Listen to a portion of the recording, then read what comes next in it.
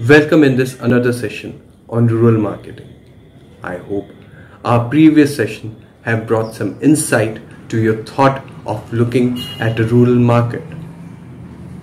I hope our participants will identify the nature, behavior, transactions, the impact of these transactions, who are the elements of these markets, what are the nature of their interaction in a very structured way. In this session, we will cover the components of consumer markets and we will see how they are interacting. So, first coming to the elements, the components of the consumer market, we will bring emphasis as per the rural market. So after end of this session, I expect our participants to have identification, to know that identify who are the players in the rural market and what is their level of interaction, what is their nature of interaction. So the components of the market is concerned, as far as the components of the market is concerned, it is basically classified into three parts. The first are the people themselves, who are the consumers. The second component are the one who are the service providers or the producers. We call them as a business houses.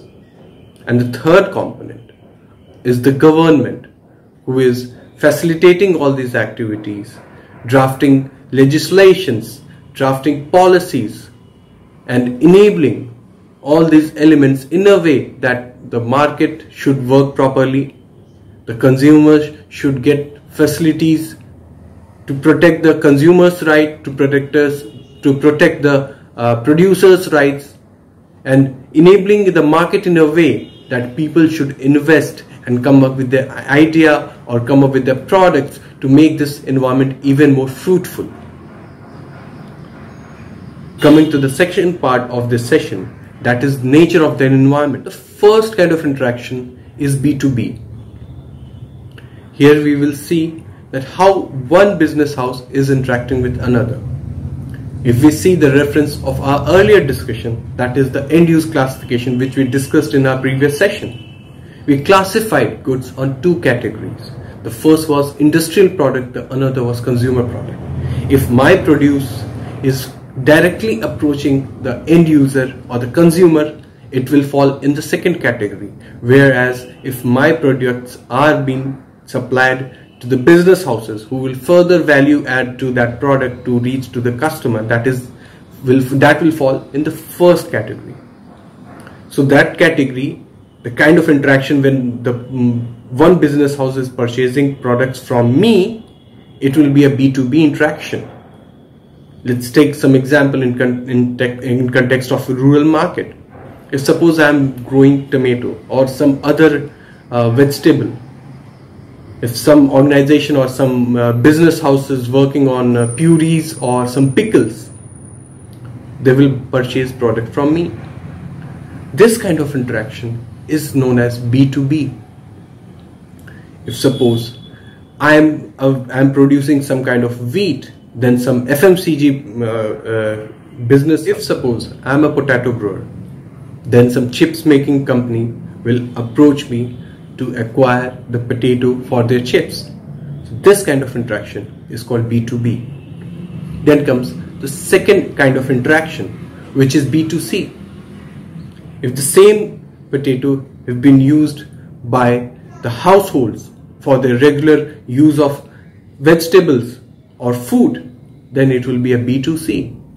If suppose we'll just make some contract, suppose if I'm a handloom producer, or if I create a khadi kind of textile, if an organization who is working for khadi made apparels, they will buy khadi made material from me or the cloth from me, that will be B2B. If the same khadi made textile which I produce or the handlooms is purchased by the end consumer for their own use, if they want to get it stitched or they want to do it for their own purpose, then it will fall under B2C. This kind of contrasting examples will have definitely helped you in understanding the interaction which is B2B and why some transactions are B2C. Then comes the third transaction, that is B2G. Here the government is coming to the picture.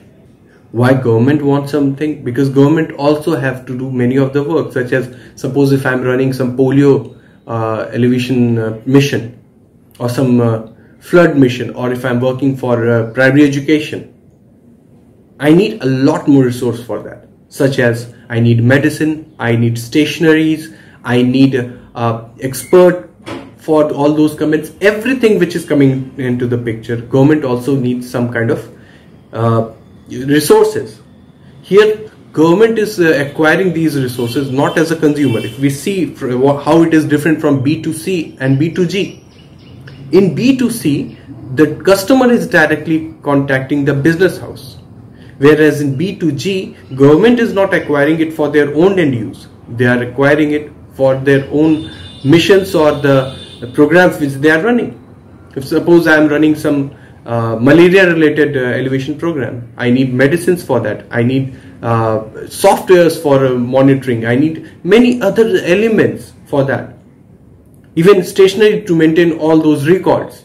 So here this interaction will fall under B2G, where the business house are selling their products to the government. Now comes the fourth component, that is G2B, that government to business houses. This can be also in a various form, such as if we see that many of the entities such as minerals, ores, or the nuclear based technology or aviation thing, many of the sectors government is having monopoly. Government do not want to dilute these rights, but to enable the business in that country, government need to transfer some benefits to the business house. So government transfers this. So this kind of interaction is also called B2G. Coming to another example where the B2G is important. If government is making some policy for business houses, such as we had GST. So here also the interaction that government is doing for G2B, that government is producing these things for business house, transforming policies, amending the laws for a business house. So this will also fall under this category. Now comes the last part, that is G2C, government to the consumer. If we see in some of the cases, like government is bringing some missions, some programs related to primary education or something, government is assuring some textbooks, government is assuring some scholarships, government is assuring some kind of study material or the bags also. Even the midday meal is a good example where the government is providing some materials to the consumers. So here it is very different from what we saw earlier. Here government is not producing the services, but they are acquiring to provide it to the consumer. If suppose I am using an electricity, then who is producing it? Government. But here the interaction would not fall under G2C, because government here is working as a business house. They are manufacturing, they are producing these commodities, and here the interaction will fall under B2C rather than G2C, because whatever the services are, it has been charged. Though there are subsidies which are there for many of the people, but basically here the nature is, if the same electricity has been sold to the industries, the interaction will be B2B. So even in the same commodity, if the parties are different, if the purpose of a transaction is different, the category will also change. Government provide many subsidies to the products which they acquire from other business houses. If suppose the government is providing free medicine for a particular disease eradication project, that will fall under G2C. Government definitely do these things for their own welfare missions, So all those welfare missions which are falling under this category will follow the G2C model. So in this session, what we covered so far, we identified the kind of elements which are interacting in market that particular to our rural consumer market, and we saw that what kind of interaction with these components perform while doing their activities. So next time whenever you use any product, try to identify what kind of product are you using, who are the stakeholders in that product, and what kind of nature, what kind of relationship which you share with the service provider. Thank you.